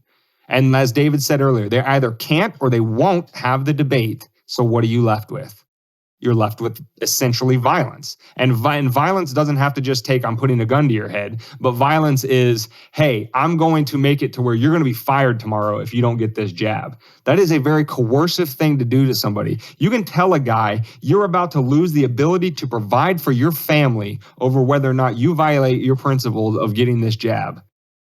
If that's not violence, then we need a different definition for violence, because that is just as bad as a gun to the head. Silent violence, which is what that particular side of the aisle always argues, is that silence is violence. It's like they write their own rules because they know you'll follow them, and then they break them intentionally in front of you because they know you won't do anything. So we're almost to the end of paragraph 3. We have one more full one and a half of one. Okay. Jesus. We're doing good. But again, just let that sink in. These same people that were just arguing for the We Too movement. We Too. We Too. Is it Me Too? We have to say we, because there's no. I mean, it's not just, it's all of us. It's all of us together. We've all been raped in one way or another. Anyway, so what the whole argument of the Me Too movement is that you can't put a prick inside me that I don't want. Yes. And now they're trying to force their prick inside you without your consent. Exactly. Again, the Matrix is being very entertaining to both of us. Right now, yeah. If you could totally bird's eye view this whole syndication, okay. We're almost done, and they only have 2 more supports left. So just to close out paragraph 3, last sentence after the, oh my God, he's offending us with Holocaust references, which, by the way, we did the Gina Carano episode, and that's the point. The point is not that people are literally being put on train cars yet, but the point is that once you start to demonize a whole other portion of the population, no matter what rationale you use to do it for, atrocities can sometimes be committed against that demonized population, and a lot of people just mindlessly go along with it. Look at some of the rhetoric on social media about how people take glee in what they call anti-vaxxers, just people that have chosen not to get it. They take glee in those people's death. That's not a healthy Do you outlook. know I can promise you how this. hard their proverbial dicks were when Joe Rogan got COVID? Do you remember how excited they were when he got COVID? They put filters on his fucking face to make him look sicker than he actually was. They're like, oh, he might be dead in hours. We don't know. Let's stay tuned. Like, good fucking God. Go ahead, Dane. I'm sorry. But anyway, so I don't remember if I read that last sentence, but these actions are not only objectionable and offensive, like I said, 3 paragraphs got our offensive in, but also medically and culturally dangerous. Ooh. Cultural. Did you see any who are the people that study culture? Anthropologists. Oh. Did you see any anthropologists on that list? I didn't even know that's what they did. An anthropologist. Were there any signatures of them on the letter? I didn't see any anthropology, but by God, let's add them to the list as well. Yes, anthropology is the study of aspects of humans within past and present societies. Yes, they study cultures. They study society. See, I can know some stuff every once in a while. I didn't say that you're wrong. Anyway, I didn't see any anthropologists on that list of experts, but they got culturally dangerous. Boy, that's quite an assertion to make. All right, paragraph 4. So, quote, the average age of JRE listeners is 24 years old. Oh, we have a link for 24. That is, Media Monitors. We had Media Matters earlier, right? Media Monitors says, title, quote, audience demographic variations are specific to genre and even individual podcasts. And so then it breaks down for like Joe. And yes, that is Joe's average listener is 24 years old. And according to data, this is their last sort of the letter, or their last source of the letter. According to data, hey, we have something at least remotely scientific, sort of, kind of, maybe. It's not an opinion piece. We have COVID-19 cases, hospitalizations, and deaths by vaccination status. Washington State Department of Health. They finally, it took them like 12 sources and the very last one in the letter before they finally gave you something. Seemed like it was a legitimate source. So, I've heard this name before. What kind of information did they get from this very official sounding state document for the state of Washington in the United States? Is that according to data from Washington states, unvaccinated 12 to 34-year-olds are 12 times more likely to be hospitalized with COVID than those who are fully vaccinated. So Joe Rogan's age group of listeners are 12 times more likely to be hospitalized with COVID than those who are fully vaccinated. Well, that's an interesting little thing to point out about the data, because you'll find it hard to believe that Washington State didn't only study the demographic that listens to Joe Rogan. They studied a rather larger cross-section of the population. In particular, they studied 3 categories. One was unvaccinated 12 to 34, so Joe Rogan's listeners. 3 times more likely to get COVID compared to the fully vaccinated, 8 times more likely to be hospitalized. This sounds really bad, right? The next age group up, 35 to 64, they're 4 times more likely to get COVID as compared to the fully vaccinated, and 11 times more likely to be hospitalized. I noticed something in that increase, David. It almost seems that as the people got older, the numbers went up. Dang, that's Is that just a curious predicament about COVID that I'm just now noticing over 2 years in? You need to leave this to the scientists of the future, because these numbers are harder to run than you'd ever be able to anticipate ever. And the last group are, of course, our third group of undesirables, unvaccinated 65-plus-year-olds. Ugh, let them die. Now, David, I want to play a game with you. I've told you 12 to 34 and 35 to 64. And what are the 2 bullet points I talked about under each? I don't know. I forgot. Dave. The likelihood to get COVID and then the likelihood to be hospitalized.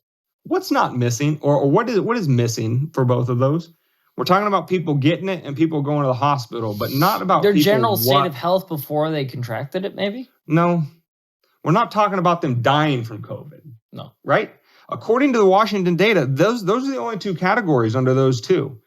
It's likelihood to get COVID and likelihood to be hospitalized for two age groups, but from 12 all the way to 64.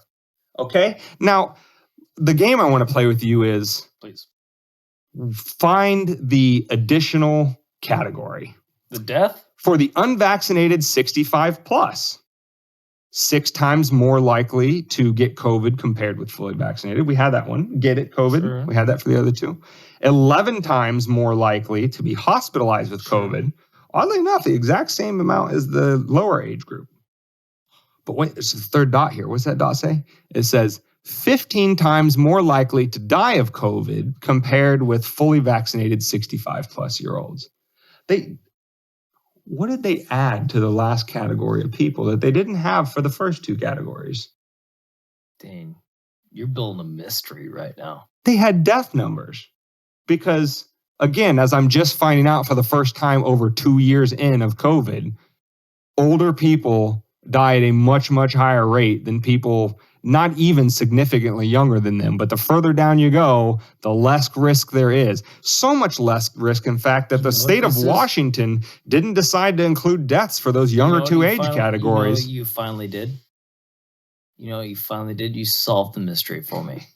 What's the mystery? Social Security has been floundering for the last couple of years. They're like, how do we solve this thing mystery? To kill the old? So they invent it's Social Security. As we all know, they're trying to get back in the red. So now they're trying to kill out the elderly that they're about to pay right now. Well, clearly, David just figured out that people die at different rates depending on how old they are. Really? He's just now making the Social Security connection. But anyway, that's the only data. And the other thing about the whole 8 times, 3 times, 11 times, 4 times, again, if children are known, or the younger you go, the harder it is for you to find enough people that have enough of a data set to say it. So the example that I bring in the whole 8 times more likely to, 3 times more likely to get COVID as compared to somebody vaccinated. So that means that if there's... Based on their own data, that they say that you can also be infected with the disease but not know it because you're asymptomatic. Well, that's saying that if there's 4 12 to 34-year-olds in the entire state of Washington, 3 of them are unvaccinated, 1 is vaccinated, but those are the only 4 in the entire state of Washington that have actually got COVID. Right. Again, I'm over-exaggerating numbers to make the point. Sure. If you have a very small group of people, the actual total systemic risk to society, let alone those individuals and those age groups, is vanishingly small. And so by saying it's 3 times more, that means you had 3 unvaccinated kids that got it and 1 vaccinated kid that did. And now you're saying 3 times more. If I may. I'm saying group size matters. For these people that follow these numbers devoutly, I will tell you, don't go outside. I'll tell you, never swim in the ocean because you're definitely, based on your perception of percentages, you're definitely going to get attacked by a shark.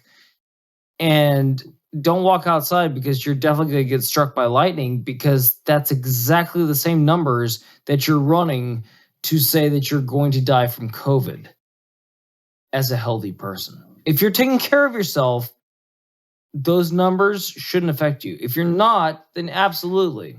Which, by the way, I didn't hear any of these experts. By the way, sharks just don't attack fat people. They don't look at like, oh, look at that fat fucker. He can't swim fast. I'm going to go eat him. Like, they just attack things.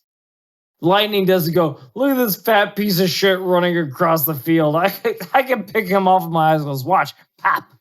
Like, none of that happened, but it took us a year and a half to say that, hey, being unhealthy might not be a great idea for COVID, please. But, and I'm just going to read that sentence one more time, start to finish, without our detours with the whole the articles and data that we link to. But like, just listen to this sentence flow. The average age of JRE listeners is 24 years old, and according to data from Washington State, unvaccinated 12 to 34-year-olds are 12 times more likely to be hospitalized with COVID than those who are fully vaccinated. So again, all of that stuff that David and I pulled out by clicking on the link and showing you how ridiculous of an assertion this is, that's why Joe's not allowed to talk to somebody about it. It's kind of odd that they just picked out that one data line because, and by the way, because they picked out the data line of 12 times more likely to get hospitalized, but not the one about 3 times more likely to get it at all. And last time I checked, if you don't get it, then you're not hospitalized, are you? by the way, both of those talking points were addressed in both of the episodes that this side has a problem with being aired on Spotify. Like, both of those doctors talk about the statistics. Oh, that's a hard word to get out. Statistics of these numbers. And seeing as they're doctors, they can speak pretty easily about studies and case files because they do that shit on the regs. You know what I just realized? What'd you realize, Dan? In their letter, they didn't even get the data point right. No. The one that they included, they didn't even get it right. Look what they said. Is that shocking, though? They said unvaccinated 12 to 34-year-olds are 12 times more likely to be hospitalized with COVID than those who are fully vaccinated. I want you to read this with me, David. You want us to read in synchro? You're going to have to count it off. No, not in synchro. Are we? I want you to see this. Okay. What does that say for unvaccinated 12 to 34-year-olds? What line am I reading here? You're reading unvaccinated 12 to 34-year-olds, and you're going to read the second bullet point. This is Dane not standing over my shoulder. I can read for myself. I have a general education. All right, so it says COVID-19 cases, hospitalizations, and deaths by vaccine status. January 12, 2022. Summary. Unvaccinated 12 to 34-year-olds in Washington are 0.1, 3 times more likely to get COVID-19 compared with fully vaccinated 12 to 34-year-olds. Second point, 8 times more likely to be hospitalized with COVID-19 compared with the fully vaccinated 12 to 34-year-olds. Okay, that second point was all we needed. How many times, David? One more time. Second bullet point, first one. How many times does it say? It says 8. 8 times more likely to be hospitalized, right? Correct. We were in the 12 to 13 age range, correct? Correct. Or sorry, 12 to 34 age range. Right. Okay. They said unvaccinated 12 to 34-year-olds are 12 I know what you times. meant, I disagree. Are 12 times more likely to be hospitalized with COVID than those who are fully vaccinated. 12 times? Can I see all those numbers again? 3, was it 3? You only want the second bullet point. Yeah. Okay? 8 times more likely to be hospitalized than the vaccinated. Around, you're going to give me a fucking epileptic. You have the line. Yes. Okay. Their article or their letter says that age group 12 times more likely to be hospitalized with COVID than those who are fully vaccinated. They expanded it. They did not even get the number right. They only included one line to make their point, one line of data instead of all 7. And then the line they included, they did not even get right. These are David? List. The list for the show. People. Hold on. Stop. These people that pick out a data point and who has a problem with Joe Rogan? I'll tell you who has a problem with Joe Rogan. Science podcasters. Students, apparently. Many students. All the students.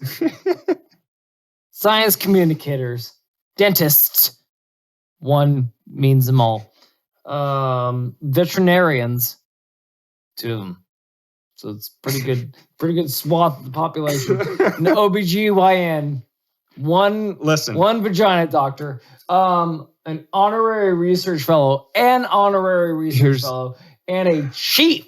And put your fucking salute up. Put your salute up right now. Hi, how are you? Hey! How dare you You said flowers in there or feathers. Excuse me? You said that earlier. He's got the hi. I know. I didn't say hi, how are you to demean their entire fucking civilization, you piece of shit. I did Chief not. of the Division of Complex Family Planning. I put it to you.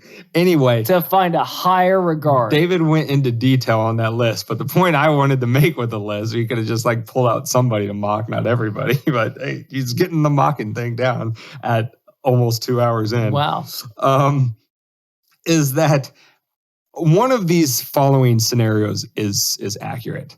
Either these are all people of stellar achievements, but yet they're not very bright when they write, or right. They did not read this at all, and they're like, open letter to hate Joe Rogan. All I got to do is be a scientist to do it. Yeah, I talk about science on a podcast twice. I'm going to sign this letter. Dane. They don't even have to be a scientist. They have to be loosely affiliated with the propensity of science. Because all I'm saying is this. Whether the former scenario is true, that they're all a bunch of dummies despite their quote-unquote expertise, or they didn't actually read it and this is just an anti-Joe screed. In either case, nobody out of a list of almost 250 plus people proofread this thing. This is the first time David and I are reading through it. Well, second or third. And we caught that the one data point out of 7 that they chose to highlight, they didn't even get the number right on that data point. You mean to tell me that it slipped through 250 pair of expert eyes and nobody caught that?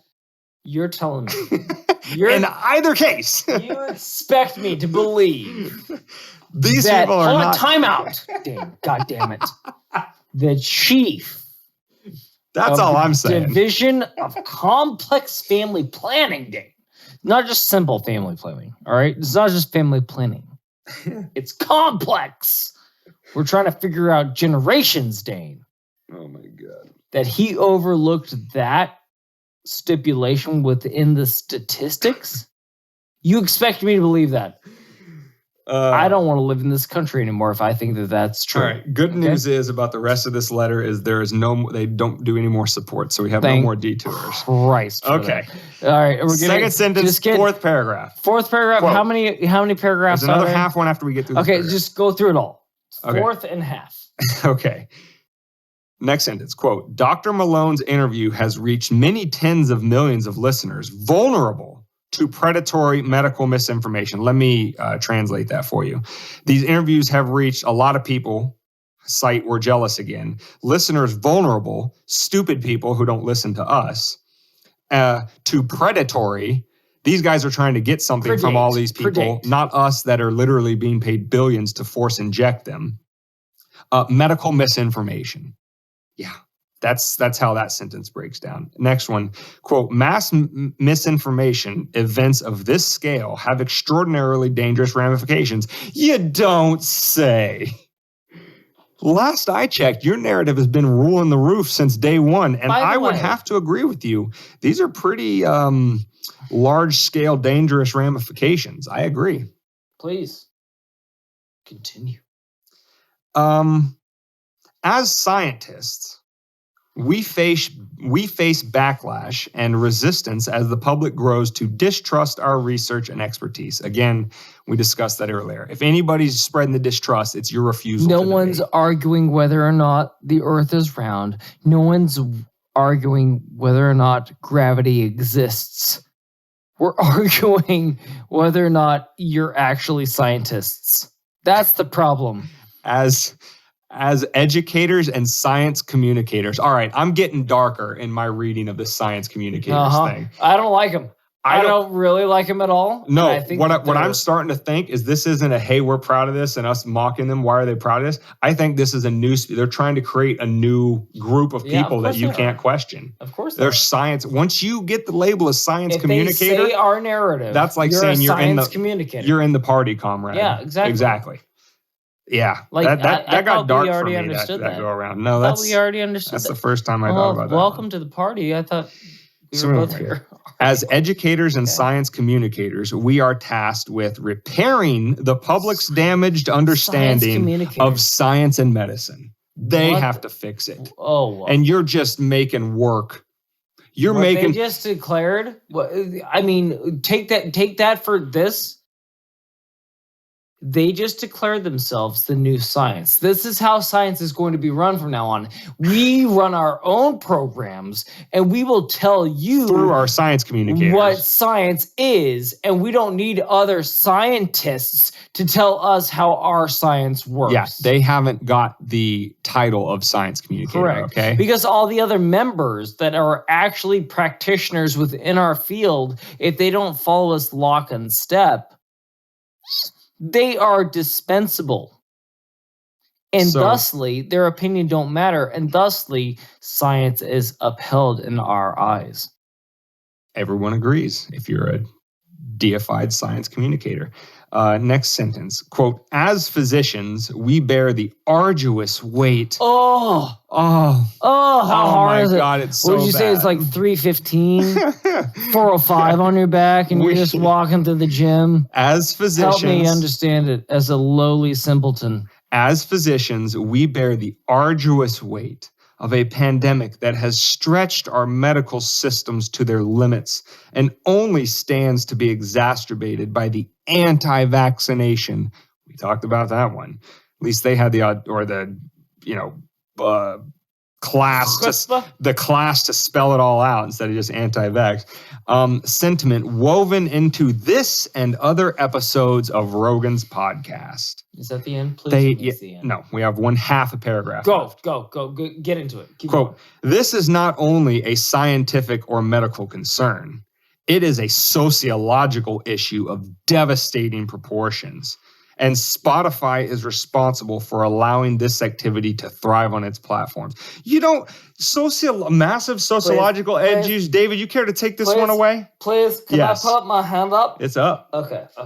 And how many people did you say signed that? Between 200 and 50 and 70, something like that. 50 and 70? 250 or 270. Okay.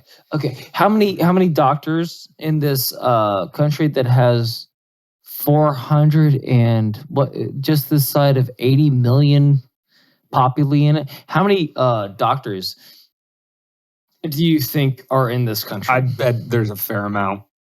Maybe a million. Can you divide 275 if we're going to be generous? Can you divide 275 by 1 million, please? And we're just going to assume that even the chief as of is a 2021 doctor? in the United States, there are 1,062,250 or 205 physicians. Okay. That's not even distinguishing between specialties. Right, sure. So sure, yes, sure. There's a little over 1 million doctors. Okay, so we're now being what? generous. So it's from what the numbers you're just yelling at me, just divide 275 by 1 million. Divide 275 by 1 million? Yeah. Watching the people are getting me do math live on a podcast. 0.000275.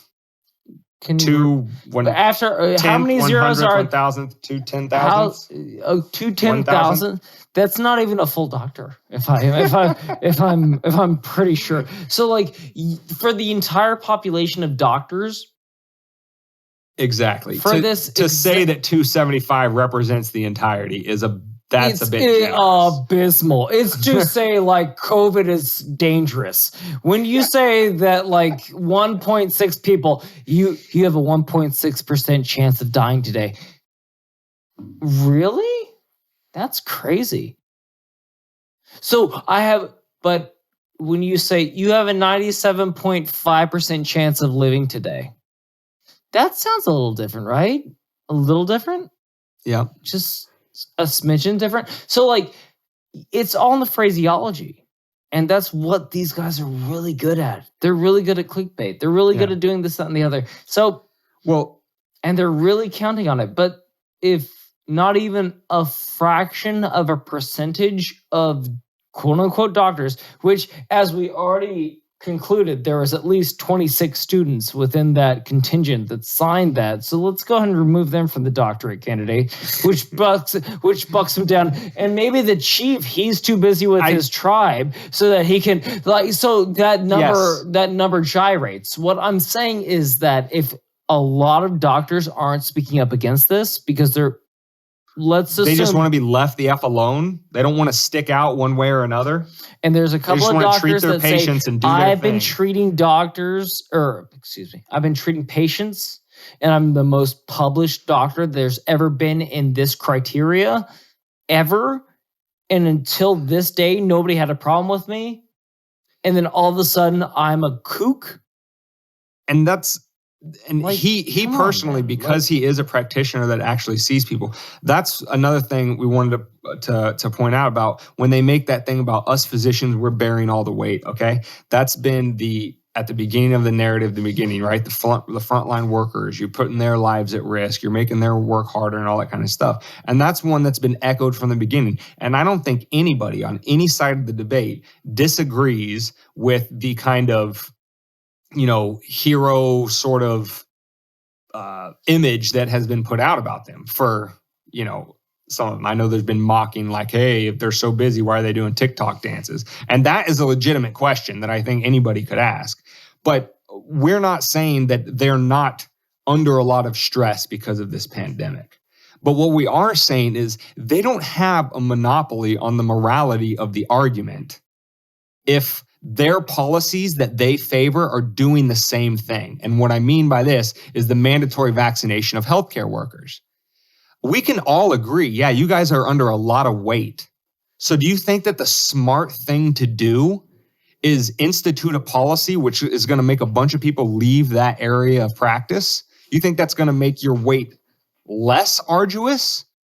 So again, don't come at us, or not us, but don't come at Joe with like, he's making our job so hard because blah, blah, blah, disinformation, newspeak here, newspeak there.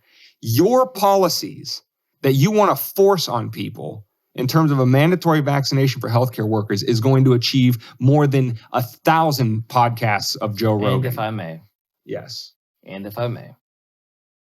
Not to get caught up in the maelstrom of this whole argument, of all the intricacies of the letter being open, whether or not you had an OBGYN on or a couple of students, 26 students, as, the upper echelon of medical science. Remove yourself from that. Take a bird's eye view of the situation. What is really happening? He's spewing a narrative that they don't like. And he's doing it on a platform that reaches 10 times what their platform does. What they feel entitled to. So but haven't earned. What happens when you back an animal into a corner? Right. It lashes out at everything. It has to protect itself, right? Of course. So it swings wild. It swings at like its own babies. It kills its own babies. It'll kill the predator. It'll kill anything that's in front of it because it views everything as an enemy. And it doesn't matter how it does it. It can bite its head off. It can claw it to death. It can do a bunch of different things. But that's what it's doing right now. When an entity knows it's dying, which is a good thing, when we don't need you anymore, you need to go away. And that's what's happening naturally within our society. We don't need CNN. We don't need Fox News to tell us how to think anymore. We can develop it with our own fruition, with our own technology within ourselves. And that scares them. And that's why, to take it back to the corporate level, that's why they're so mad, why these allegedly unattached and objective experts and academics and stuff, right? Right. They're not lashing out at Joe per se. They do in all their media. No, they're lashing out at Spotify. Because what they absolutely don't want. Think about how Florida was treated within the context. Look at how they phrased that. But look at Florida, right? Death Santis, all that kind of stuff. Right. They lashed out. Why? Because he gave the fertile ground for a counterpoint. The true argument here is not that they were threatening Joe. It's that they were threatening Spotify. Right. They're saying, police your boy before we have to police you. Right. But to the common citizen would be like, well, it would make sense for like Twitter to go after Spotify, right? They're competitors. We would expect that kind of letter. But why am I getting a letter from these objective, detached experts and all this kind of stuff? Why are they the ones writing the letter to go after Joe? Well, that's because it's never been about anything other than power. And this is what we mean by the cathedral. They have to control everything all the time. The reason why Florida and DeSantis were Death Santis throughout this whole thing were the same reason why Sweden was the pariah of Europe, because by staying open, they provided the fertile ground for the counterexample to the narrative. That's why they hate them. That is what Joe is doing in media. The narrative is what CNN and MSNBC and even Fox News say the narrative is. Which is but why Joe they has relish people on to provide fertile ground for experts to disagree and directly challenge the narratives. And it is getting all of the attention. And that is driving them nuts. They are losing power and they hate it. So they have to go after who platforms. And if you think we're picking a fight with them, which obviously we are, but we're, little minnows in a big pond. Oh, they'll find this one eventually. Of course. But what I will say is that that's why they're so, again, to track back to like when Joe got COVID, like they were, Joe Rogan has COVID. The biggest podcaster in America has COVID. And then they put a filter on him to make him look sicker than he actually was. Like they revel in they will repeatedly report that Florida is the worst. COVID is exploding in Florida, but they don't mention that COVID is at a higher rate in New York, in California, and all the states that are closest to their heart. They don't report on them, but they will tell you every day how bad Florida is, how bad Texas is, and even fucking Jesus Christ, Oklahoma, that's got so many people that are overdosing on ivermectin that there's gunshot wounds. They can't even get ERA. I brought up the Rolling Stones again. That's not a reputable source. But I'm saying it is to these experts. Yeah, but what I'm saying is like that's what they are scared of. They are scared of losing control. Power. Yeah, control. Period. And that's what this is. It's saying control your boy before we have to control you. And right. Spotify is saying, yo, we don't have to control ourselves. We've got the Constitution on our side. Well, I mean, forget the Constitution. They have the numbers. At the end of the day, and this might makes right mentality that happens in politics. Where's the might coming from? Like that's what majority democracies are. If you only need to win 51% and then you get to legislate for the other 49% that disagree with you, which is supposed to be our sacred democracy. By the way, you want to see how fucking really, really weak you are? Which is supposed to be our democracy that is religiously sacrosanct and we must protect at all costs. Make Americans choose between entertainment and your ass. That might makes right mentality is always focused on numbers. Right. And so they can say, we'll destroy you, Spotify. We'll do this, we'll do that. Good luck. And they'll say, look at the numbers. You don't have the following. You don't have the money that I have. We have the analytics, bitch. We have the that motherfucker. Like we have that NFL bullshit. We know where our listeners are. We know where Spotify, your viewership is. like Florida, like Sweden, they were the lone nails standing up. And now, since they didn't get hammered down, but they're still trying, there's more people. And they're seeing that migration to people like Joe and to literal migration to the states of Florida and Texas, et cetera. You're seeing people's entire paradigm shift, and that terrifies them. People are voting with their eyes and they're voting with their feet right now.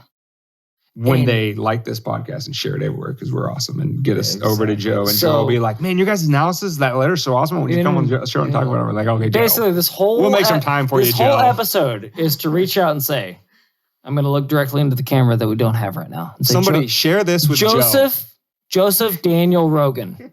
And I'm pretty sure that's not your middle name.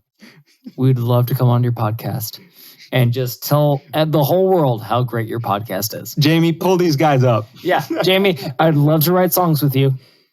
I'm a metalhead myself. I don't know if you listen to the backlog, but Love to write some songs with you too. So this could be we can form a whole, to track back to the pre-roll, we can form a whole community, man. David, we're on one thing on the battery. We could be like a bunch of different podheads just making Corona disappear with our art and our fucking language, David, the bro. battery could die any second. It could. We gotta finish. It really could. Can we finish? So after we sent out that desperate, like, you need me. We need to party with you.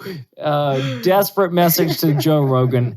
Where can they find this podcast? Listen, where could Joe Rogan find this podcast? Or Jamie Vernon, young Jamie. If some or all of our listeners simultaneously send this to Joe or create a hashtag for us, we'd make physical love with you at least one night a week. Get in the line. There's only two of us. Well, anyway, so you can find this podcast episode at wmdpodcast.com/77. Again, we recommend there because that's where you can find the email list. But you can also get it. Can we put this? Can this one go on YouTube? No, probably not. All right. No YouTube on this one either. You know what? Let's let our balls hang out. No. You know what? If we get banned from YouTube, baby Joseph Rogan will hear this shit. If this whole episode is just sucking his nuts, and then all of a sudden, well, if you put it that way, he's definitely not gonna be like, "Hey guys." But I mean, come on. You sick bastard. Listen, we're just little plebs. We're little minnows trying to be like. Yes, Joe, I will be honest with you. Platform. We are clout chasing, okay? That's what we're doing. No, but we respect you as an artist and an individual, of course. I'm mad at you about the goop thing, but we'll hash it out. I wouldn't have got into the podcast business if it weren't for him. Well, I would have, but we'll talk about the goop thing. We'll talk about it on the podcast when you invite us to Austin. It's no big deal. And then I'll do 2 bears. So, Joe, listen, we're not marathon men like YMH, you. We couldn't quite make it to 3 hours. I was actually trying to keep it under 2. It was an homage. We made it 2. But we're not stamina. This is our Defense of Joe episode, signing off based on that ridiculous letter. We hope you enjoyed this one. Definitely the most expensive one for us. If you're not a fan of Joe Rogan, but you believe in liberty, just listen to every one of his episodes from here on out. And guess what? His viewership is going to reach from 11 million to 100 million. And then all of a sudden, he's going to become his own fucking entertainment broadcast agency, which is better than having the thing that we've had so long. So you can get us on the website. You can get us on any podcast app. We recommend Spotify first and foremost for obvious reasons. But you can get us on any podcast app. Spotify, motherfucker. Will not be on YouTube this go around, but again, like the last 2, will be on Odyssey. And link up with us on our other socials, Twitter, Instagram, and TikTok. David, we're going to see these people next week. Maybe. With them. We need to start recording like literally 6-minute episodes for like the next 40 episodes. That's your fault. Because you want to go line by line. I said, let's I told you it was happening. How we managed our way around. All right, Kobe Bryant. All right, Jeffrey Epstein. Yeah, sounds good. Yeah, it's great. I'm just along for the ride. Good. Well, I'm glad all my don't, please, not that one. No, it hurts when you do that. Much like the latter, I did not kill myself. Okay, I feel dead inside. If this episode gets out and something bad happens to David and I, we are happy. We love our lives. We are not suicidal. We have a lot to live for. We are super, super happy with where we're at. And much like the last guy he mentioned, we did not kill ourselves. Did definitely not kill ourselves.